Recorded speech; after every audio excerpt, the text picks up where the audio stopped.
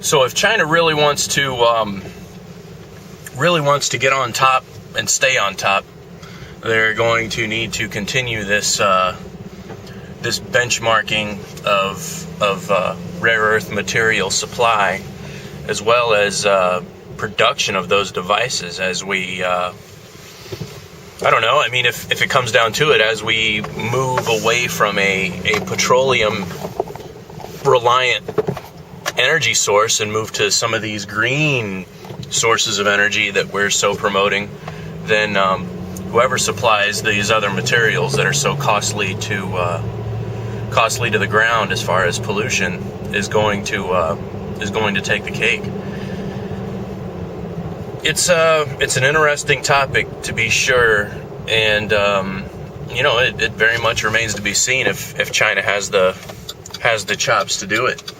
But what we can get out of it, right now, though, is to see how that particular country and how we handle those articles and those bits of information that say, hey, yeah, solar power is great, but did you know that the electrical devices that solar power operates require these manufacturing techniques? And did you know the country that we get these products from is, just a bunch of assholes that are hurting their own people and always have hurt their own people? It's definitely something to keep an eye on. And what I wanted to do, and the reason why the last video cut short so fast, is I wanted to maybe display a diagram of just sort of my understanding and thought process of how the environment works, and what it takes to produce the energy to run the little gizmos that we're so fond of. And you could say, well, gee whiz, I don't need these gizmos, but you know what? You're watching a gizmo right now. You're watching a gizmo, listening to me talk on a gizmo that's all powered by this crap that we think we don't need. So hear me out.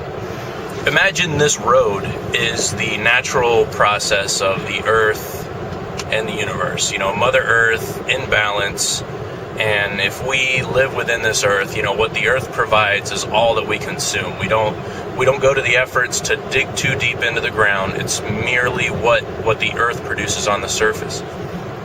Which, in my own belief set, and whatever you want to think about this, in my own belief set, I believe it's what we're designed to do. It's what in Genesis 1, I mean, for you believers, man was cursed and given to toil the earth and be master of the beasts of the field and la la la, right? And it's true. It works out that way every time. So imagine this road is that path. Well, if you stray off the path, like let's say to the right over here is an energy source. Well, relativism would mean that in order to acquire that energy source, you're going to be pulling off of this particular road. It's going to be like a chunk you take with you in order to get that energy. And imagine on the left side of the road, there's chunks to take away minerals to produce products, like your metals and things like that. Well, that chunk comes out of the road too. Till the next thing you come up to a big old intersection, and there's chunks here and there's directions there, and before you know it, you come up to a turn and life changes into something that you never imagined before. I don't know if any of that made sense, and if we need to do some further clarification, I can.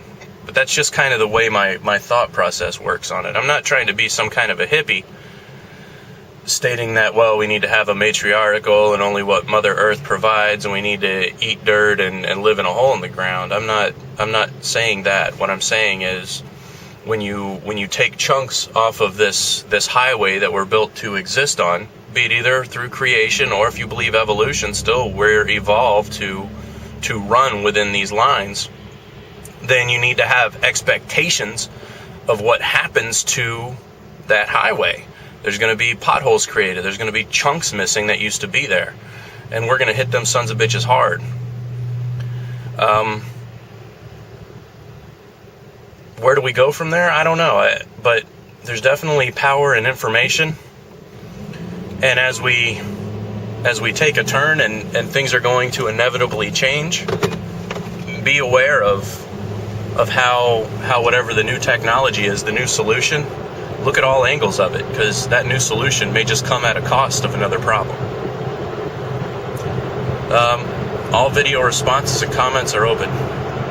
Y'all take care. We'll be seeing you soon.